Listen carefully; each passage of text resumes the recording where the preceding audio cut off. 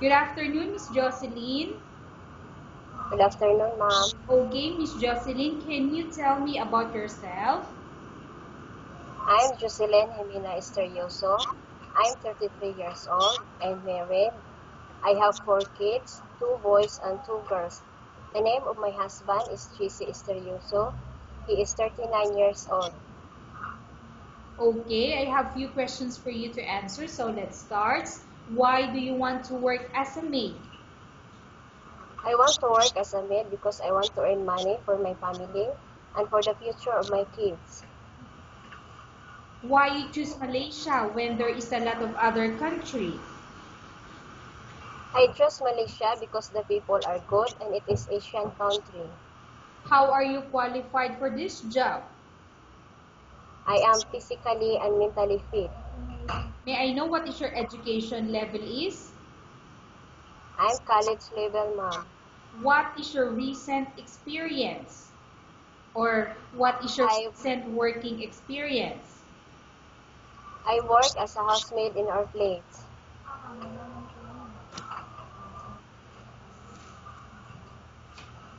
Have you worked abroad before? Yes, ma'am. Can you please tell the place and how many years you've been working for? In Singapore, ma'am, for 2 years.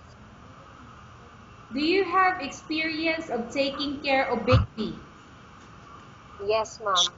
May I know whose baby you are taking care of? My own children, ma'am, and in Singapore also, I take care 2 months old baby. What about elder people? Do you have experience taking care of an elder or older people? Yes, ma'am. With my own grandfather. How old is your grandmother when you take care of her? 70 years old. Do you have any other special skills? My special skills are cooking, gardening, hand sewing, and cleaning the house. Are you willing to learn new skills? Yes, ma'am. Are you willing to work with a family where the mother-in-law or any relatives stay together? Yes, ma'am. Currently, are you still working now? No, ma'am. Do you know how to cook? Yes, ma'am. What sort of food can you cook? Filipino and simple dishes of Chinese, ma'am. Okay, can you tell me what Chinese food that you can cook? Sweet and sour pork, steamed fish, steamed prawn, fried fish, big vegetables, and porridge. And bihon also, ma'am. What about Filipino food that you can cook? Like menudo, kare-kare, afritada, sinigang, and Bicol Express, ma'am. Are you aware that you will have to do washing, cleaning, ironing, and cooking? Yes, ma'am. From all the house chores or household works, which do you like most? All of the household chores, ma'am. If ever you were selected to work in Malaysia, who will take care of your kids? My husband, ma'am. You are not allowed to use handphone during working hours. Yes, ma'am. You are only allowed to use handphone after you finish all the works and when going to bed.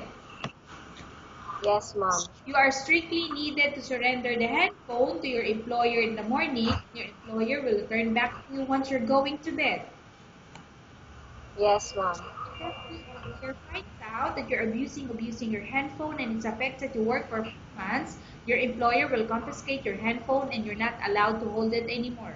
Instead, your employer will allow you to call your family 3 times in a month. You're only allowed to bring normal phone and you're not allowed to bring smartphone. Are you agreed for the terms and Yes, ma'am. conditions? Are you agreed Pardon, ma'am? to the rules and regulation? I'm sorry? Okay, I can hear your voice now. Okay. Are you agree to the rules and regulation for the handphone? Yes, ma'am. How many years is the contract as you agreed and understand? 2 years contract, ma'am. Can you describe for me your ethics or your attitude? I'm responsible, hardworking, honest, obedient, and have discipline. How can you assure to us that you will work hard in Malaysia? I do all my tasks in the house even if my employer is not around, and I finish my 2 years contract, ma'am. Can you promise not to use the telephone without the permission of your employer? Yes, ma'am. Can you promise not to put on makeup but to dress properly while work? Yes, ma'am. Can you promise not to invite friends or relatives without the consent of your employer? Yes, ma'am. Can you promise not to ask for advance salary from your employer under any circumstances? Yes, ma'am. Do you really understand of the rules and regulation of the agency? Yes, ma'am. Do you pay any placement fee for you to come to Malaysia to work as a maid? No, ma'am. Do you have any history of sickness, example breast cancer or any other illness? No, ma'am. Do you suffer from any skin diseases, allergy, or physical defect? No, ma'am. Have you suffered from any serious illness? No, ma'am. Do you smoke? No, ma'am. Have you undergone any operations? Have, ma'am. May I know what operation you underwent? The ligation, ma'am. What year you went to ligation surgery? 2006. Are you medically fit? Yes, ma'am. Are you in any medication? No, ma'am. Are you allergic with any food? No, ma'am. Are you prepared to work for the employer of any race? Yes, ma'am. Are you prepared to eat the type of food taken by your employer? Yes, ma'am. Are you afraid of being left alone in the house? No, ma'am. Are you afraid of dogs or other pets? No, ma'am. Can you promise to work according to instruction from your employer? Yes, ma'am. Do you have any immediate family working in Malaysia? No, ma'am. Okay, Miss Jocelyn, we have finished our question section. Let's go to case study. I have a case study for you and I want you to answer me truthfully. Upon arrival in Malaysia within 6 months, if ever any of your family members pass away, what will you do? Will you continue to work till finish your contract or you will go back? I will continue and I will finish my contract, ma'am. Tell us about yourself and why do you want to work in Malaysia as domestic helper? Good afternoon, ma'am. I'm Jocelyn Jimena Esterioso. Please choose me as your housemaid because I'm willing to work with you. I promise to do my duties and responsibilities very well. I'll respect you and treat your family as my family also. I will assure you that I'm finished my 2 years contract working with you. I hope to work soon with you, madam. Thank you and God bless, ma'am. Okay, Miss Jocelyn, what do you want to tell to your employer who watching your video? Good afternoon, ma'am. I'm Jocelyn Jimena Esterioso.